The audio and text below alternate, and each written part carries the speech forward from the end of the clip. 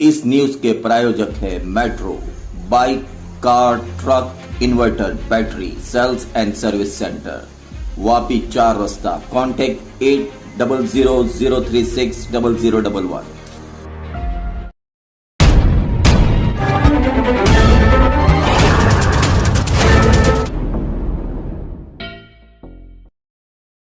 बड़े बड़े दो कंटेनर एक साथ आते हैं, एक दो दुकान के सामान उठाते हैं। सब व्यापारी खुद को चोर जैसा महसूस कर रहे हैं। अरे आई नगर पालिका गाड़ी है, चलो भागो भागो भागो। मतलब हमें ऐसा लग रहा है कि हम धंधा कर रहे हैं, टैक्स का भर रहे हैं और नगर पालिका के डर से चोर जैसे हम खुद को महसूस कर रहे हैं। अभी नहीं रह सकते, इसलिए स्वयंभू अनिश्चित काल के लिए बंद के लिए कहा गया है। और जो छोटे व्यापारी है उनके शेडों को तुड़वाया गया, बिना कोई नोटिस दिए बिना तुड़वाया गया। बल्कि यहाँ पे बड़ी बड़ी होटलें हैं। आज भी मैंने देखा हूँ, यहाँ पे नगर पालिका उपाध्यक्ष ने खुद लेटर लिख के भी एक दो होटल का नाम उसमें दिया हुआ था। वो बड़ी होटलों पे अभी तक कोई कार्रवाई नहीं होती है।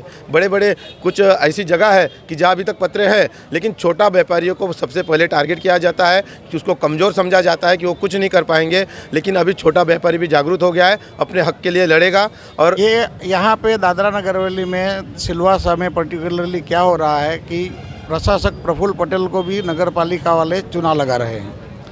इसकी अभी ये दुकान रोड से 20 फुट दूर है, 25 फुट दूर है। ये पार्किंग की जगह है, तो अपनी दुकान पे वो 2 फुट रखता है, तो ये लोग आके परेशान करता है, उसको चलन करता है, माल उठा के लेके जाता है। और यही लोग फुटपाथ के ऊपर एक एक दुकान वालों को बिठाता है। और वो भी गरीब को, रेकड़ी वाले को नहीं बिठाता, टोपला वाले को नहीं बिठाता, पैसा वाले को बिठाता है।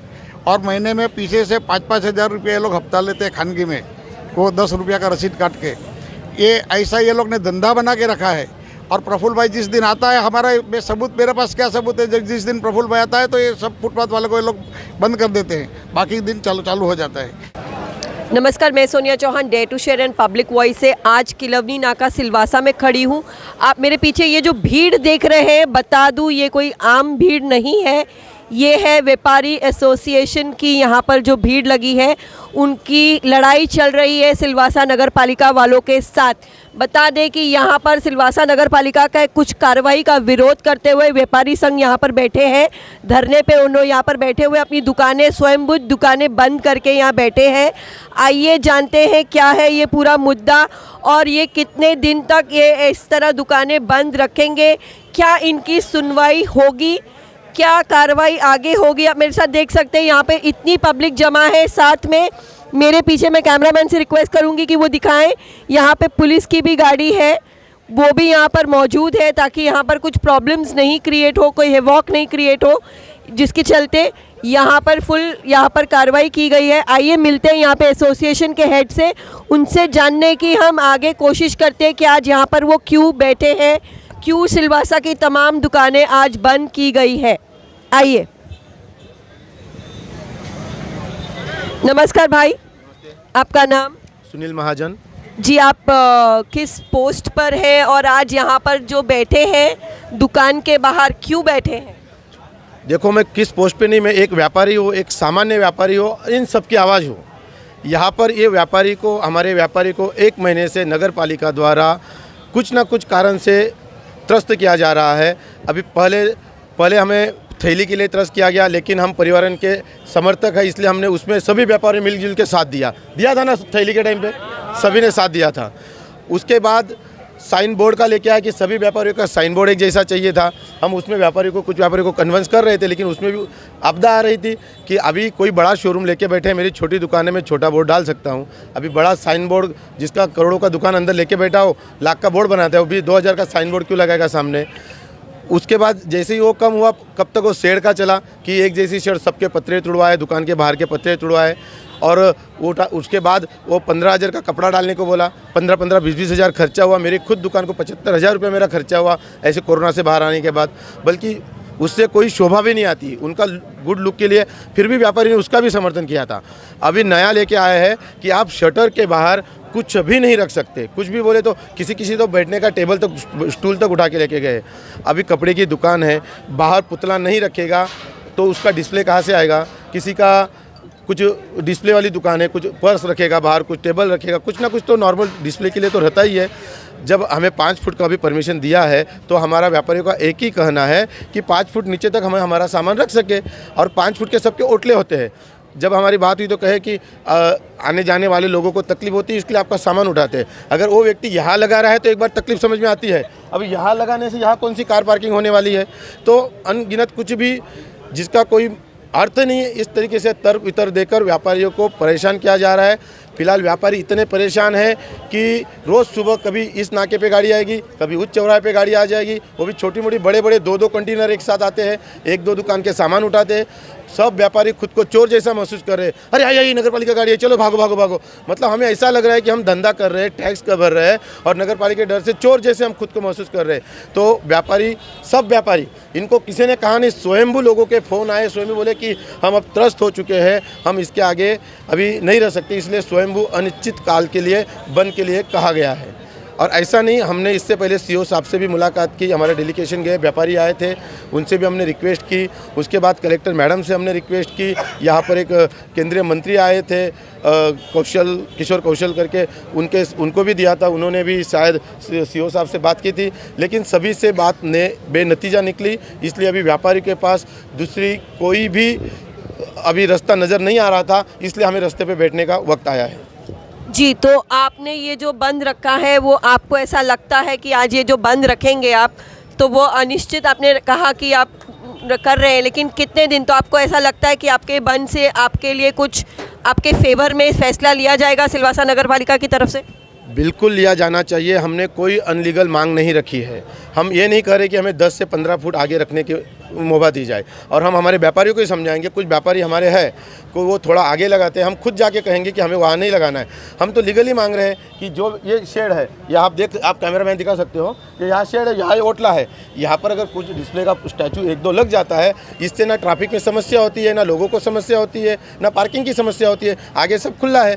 तो ये हमारी हक की जगह है। हम 50-50 हज़ार भाड़ा भर रहे हैं, कोई 60,000 भाड़ा भर रहे हैं, कोई 30,000 भाड़ा भर रहे हैं, और 5 फुट की जगह के लिए हमारे पास कुछ हमें ही नहीं बैठने दिया जा रहा है, लगाने नहीं जा रहा है, बल्कि हमारे सामने स्ट्रीट वेंडर को लाइसेंस दिया जाता है। क्या उससे उनसे यहाँ पे ट्रैफिक समस्या नहीं तैयार हो रही? वो भी हमारे व्यापारी, हम उनके खिलाफ नहीं है।